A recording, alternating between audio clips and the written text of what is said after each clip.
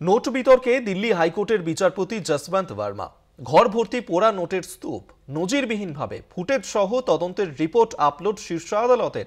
বিচারপতি বর্মার সম্পর্কে অভিযোগের তদন্তে কমিটি গঠন সুপ্রিম কোর্টের। বাড়ি থেকে বিপুল টাকা উদ্ধারের ঘটনা অস্বীকার বিচারপতি যশবন্ত বর্মার।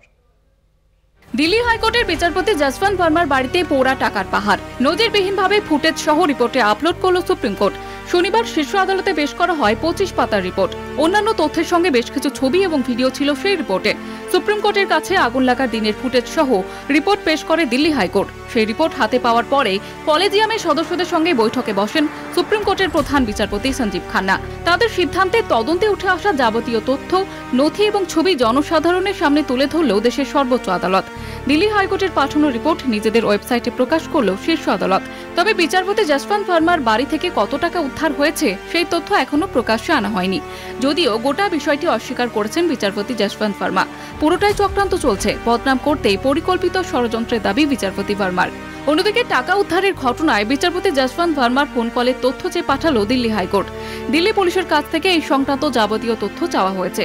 বিচারপতি বর্মার বাংলোয় নিরাপত্তা ব্যবস্থা কেমন ছিল, কারা তার দায়িত্বে ছিলেন সেই তথ্য দিতে বলা হয়েছে পুলিশকে। আগুন লাগার দিন খবর পেয়ে কোন দমকল কর্মীরা প্রথম বিচারপতির বাড়িতে পৌঁছেছেন তাদের তথ্য জানতে চেয়েছে হাইকোর্ট।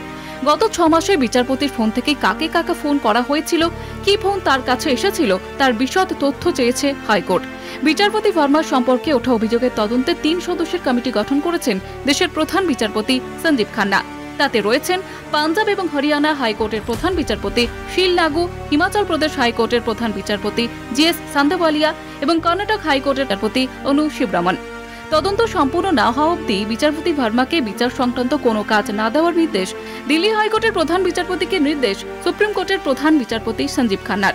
এই 3 সদস্যের কমিটি কি সিদ্ধান্তে আসে, শেষ পর্যন্ত কি রিপোর্ট প্রকাশ করে তদন্ত কমিটি, সেদিকেই তাকিয়ে সারা দেশ। কলকাতা টিভি।